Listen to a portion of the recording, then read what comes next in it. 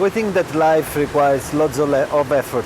Everything that we do, we have to put our mind there, we have to strive to make things happen. It's a bit of the philosophy of modern times, isn't it? To accomplish and be a winner, not be a loser. But actually I discovered in my life that, losing it's quite a good thing. Especially being humble, so being unseen, not really strive for this kind of position. It doesn't matter what we do, in my opinion, in life. I don't feel any better than a carpenter building a house. I think I just have some tools that concern the human beings on a mental, emotional, I would say, physical and energetic level. And that's the kind of role that I have. And I ended up doing this not because I really wanted to do this. Actually, sometimes, I feel a bit bored also to deal with spiritual people because we have so many ideas about spirituality and what it is and all these names, gods and love, that nowadays I think it's becoming very difficult to understand the meaning of those things unless we live them.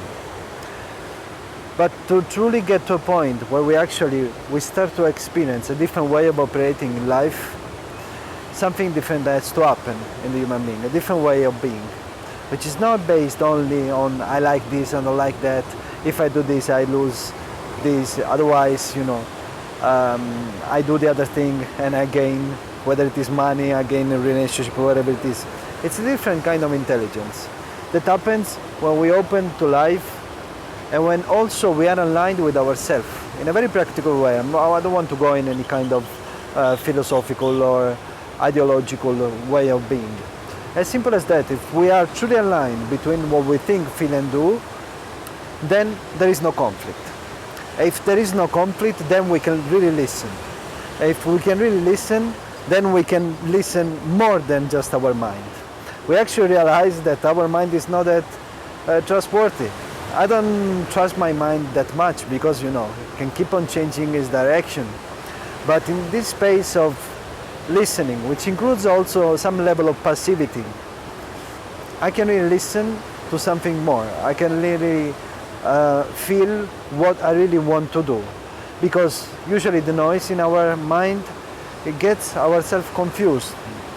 And, we are conditioned by family, society,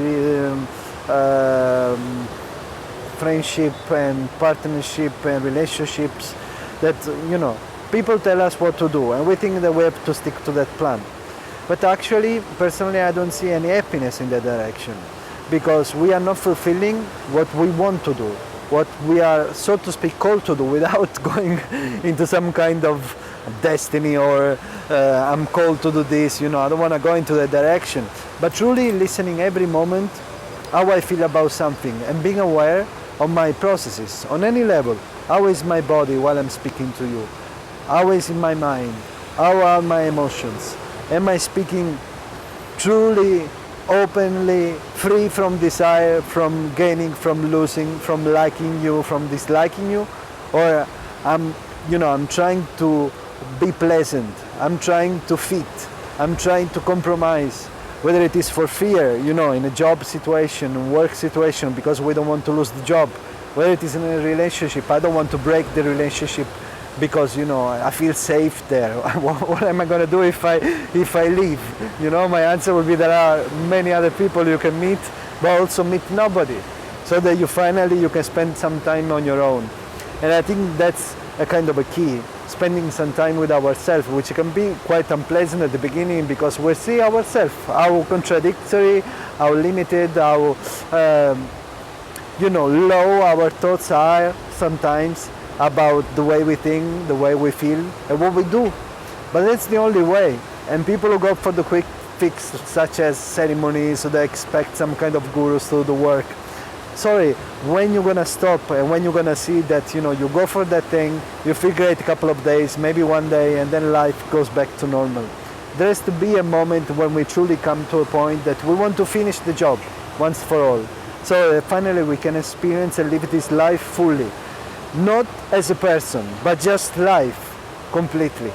That should be the ultimate goal, in my opinion, of any practice. Not to develop some kind of abilities, not to develop power over other people, not to be in competition with other people, to be a better spiritual person than someone else. Because at the end of the day, all this spiritual thing, it's just a rubbish thing. You know, we talk nicely, we say much love, and then, you know, we are not in that way. We are human beings, we are a flow of things. So we have to be natural, and to be natural, we have to be honest.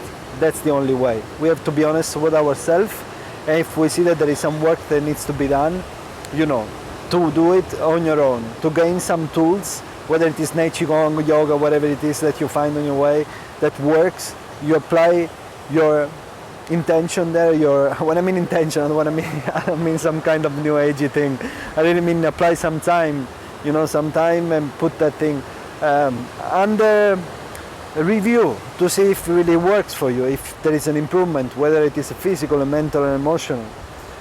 And be sure that, you know, between what we think, feel, and do, everything is aligned. Because usually in the human beings, when we don't work on ourselves, the human being tends to be distracted.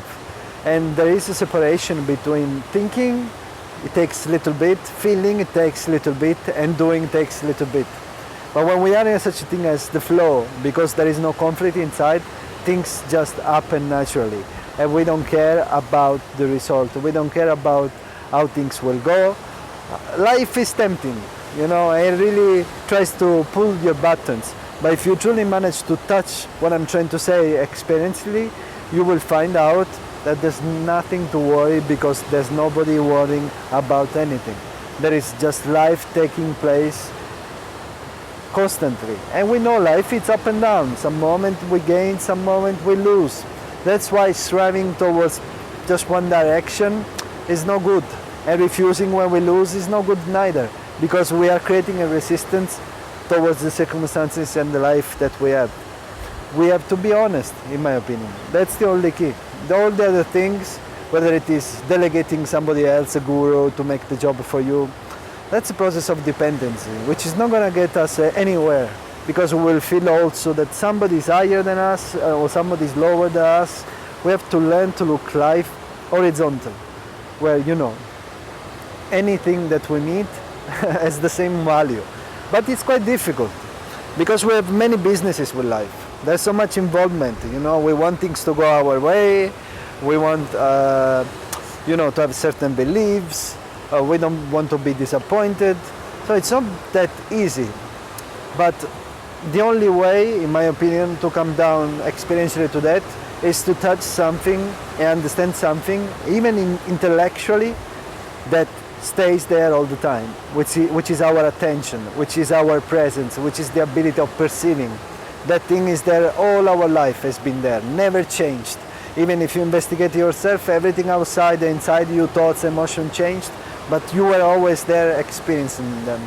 The more we connect with this layer of ourself, which is present all the time, the more we can realize that the business is life is not that interesting at the end of the day, because it's temporary. So we cannot find satisfaction.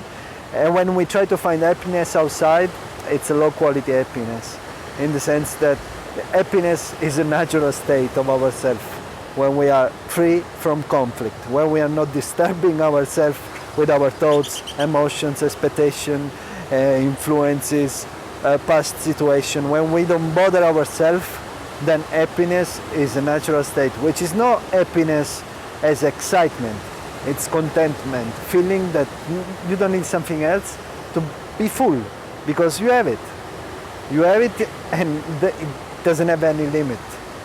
Only in that way we can experience life, and we can be free, and we can become empathic with other people and with everything around us, while maintaining a careful observation without that we get messed up with the flow of perceptions, till to the moment that we die. And then we learn how to die peacefully and gracefully, and to live in that state too, not just dying, you know, because we are here, we have to enjoy this thing, and there's no point of talking about reincarnation, of all those things that don't belong to our experiences. What's the point? That's the game of try to find certainty.